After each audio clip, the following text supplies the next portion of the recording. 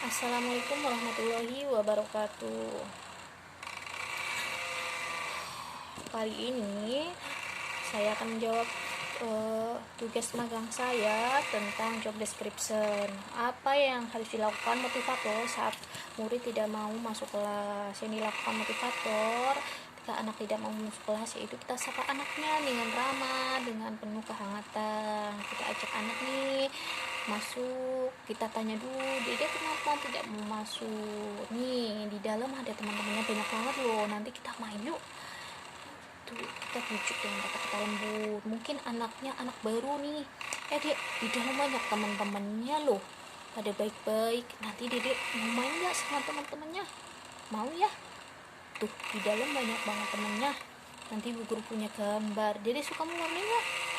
Tuh, bisa juga kita tanya, mungkin ya anak nggak mau masuk mungkin karena memang belum mood ya, mungkin dari rumah masih kepengen tidur atau kepengen main. Kita bisa alihkan dengan ya tentunya dengan lembutan, terus ajak untuk kegiatan yang menyenangkan agar anak tertarik. Lalu apa yang dilakukan motivator jika ada anak murid yang menangis? Kita bisa membelai anak, terus memeluk anak. Setelah anak tenang, kita tanya kenapa menangis, mungkin dia merasa bosan atau apa. Nah, kita bisa ajak anak misal mewarnai dulu atau apa. Dedek suka mewarnai nggak? Mau pilih warna apa dedek? Nih dedek, bu guru punya ini loh, apa ya, gambar pesawat. Dedek pernah naik pesawat nggak? Pernah. Suka nggak pesawat? Guru punya loh, mau warnai pesawat. Oke, bisa itu. Intinya kita harus membujuk anak dengan sesuatu yang disukai anak, nanti anak akan moodnya kembali baik. Apa yang harus dilakukan motivator jika murid ada yang mengganggu murid lain? Motivator tentu saja menasihati, misal menasihati anak yang mengganggu, kakak jangan mengganggu teman yang lain ya, nanti kalau temennya diganggu, kakak suka mengganggu teman yang lain, nanti kakak nggak punya temen, sendirian, gak enak kan, gak mau kan, gak punya temen. Makanya harus baik sama temennya, jangan mengganggu. Oke. Nah, ketika misal anak suka mengganggu temennya, sama-sama aktif, jangan kita dudukkan berdampingan karena nanti akan saling mengganggu satu sama lain. Kita harus pisahkan nih. Apa yang dilakukan motivator jika ada murid yang melamun? Nah, kita bisa ajak anak untuk bersemangat. Dedek nih, bu guru punya nih, dedek mau sesuatu nggak? Main sulap-sulapan sama bu Yuyun, mau nggak? Ayo coba tebak apa ya. Nah, nanti biasanya anak akan kembali segar, terus dia penasaran apa dengan yang akan diberikan, atau diberi semangat juga bisa. Dek, semangat dek, ini nih ada apa ya, ini belum nih, gitu juga bisa. Apa tugas motivator secara periodik mingguan? Motivator dalam periodik mingguan kita membuat record, biasanya membuat record rekaman bagaimana cara motivator dalam membimbing anak di kelas. Apa tugas rutin motivator setiap hari di Bimba EWO? Tugas rutin motivator setiap harinya yaitu tentu saja membimbing anak ya, agar tumbuh minat belajar dan membaca anak. Mempersiapkan modul ya untuk anak yang akan diberikan nanti. Lalu motivator juga membuat laporan online kegiatan hari itu secara online ya, kegiatan mengajar hari itu secara online. Lalu bagaimana motivator tahu karakteristik anak dan kesukaan anak? Kita bisa lihat nih dari karakter anak.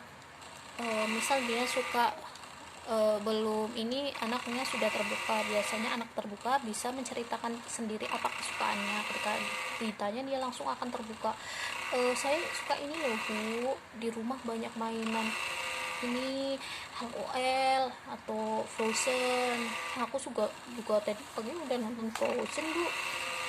Itu bisa jadi, bisa juga kita lihat apa yang sering dipakai anak-anak ketika mungkin anaknya pendiam atau apa, ketika ditanya tidak ini, bisa kita gali informasi dari mamahnya atau orang terdekat di rumahnya.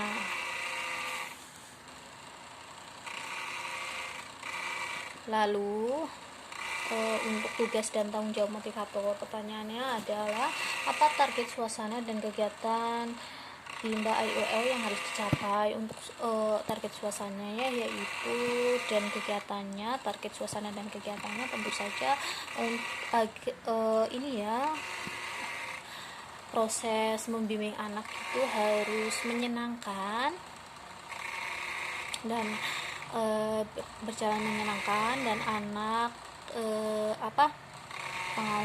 mampu mengikuti kegiatan dengan baik. Suasananya tenang, terusan anak bisa dibimbing dengan baik dan diarahkan ya sesuai dengan metode dan paradigma Bimba. Bagaimana cara motivator mencapai target atau tugas di kelas? Ya, cara motivator mencapai target dan tugas di kelas ya harus menerapkan metode Bimba dan paradigma Bimba. Lalu apa tanggung jawab utama motivator? Yaitu tanggung jawab motivator sebagai pembelajar. Lalu dia harus juga jujur, disiplin, tanggung jawab, dan peduli, serta ya menerapkan metode Bimba dan paradigma Bimba.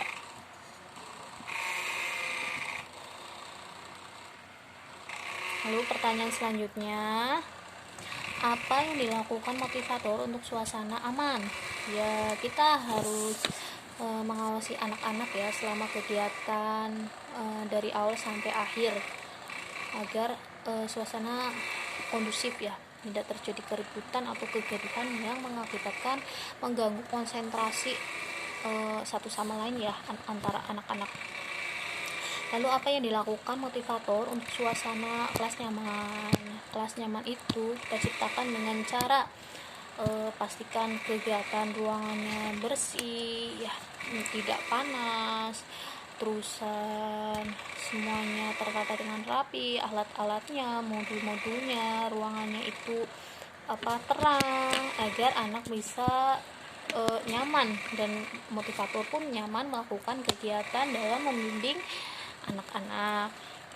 Pertanyaan selanjutnya, apa yang motivator lakukan dalam mengasihi dan menyayangi murid? Ya, motivator ya harus sabar, penuh kelembutan, dan membimbing itu seperti membimbing seolah-olah seperti anak sendiri ya, dengan kesabaran, penuh kelembutan. Apa yang harus dilakukan motivator untuk menjadikan kegiatan bermain sambil belajar yang menyenangkan? Ya, tentu saja harus menerapkan metode Bimba dan paradigma Bimba. Apa yang dilakukan motivator untuk memastikan kegiatan yang berhubungan dengan minat belajar anak? Ya, kita arahkan anak-anak ini fokus utamanya tentu saja kegiatan baca-bacaan yang diselingi dengan kegiatan misal menarik garis, berhitung, mewarnai. Tentu saja jangan lupa untuk dikemas dengan cara menyenangkan dengan metode Bimba dan paradigma Bimba. Apa yang dilakukan untuk memastikan anak melakukan kegiatan sesuai dengan perkembangannya?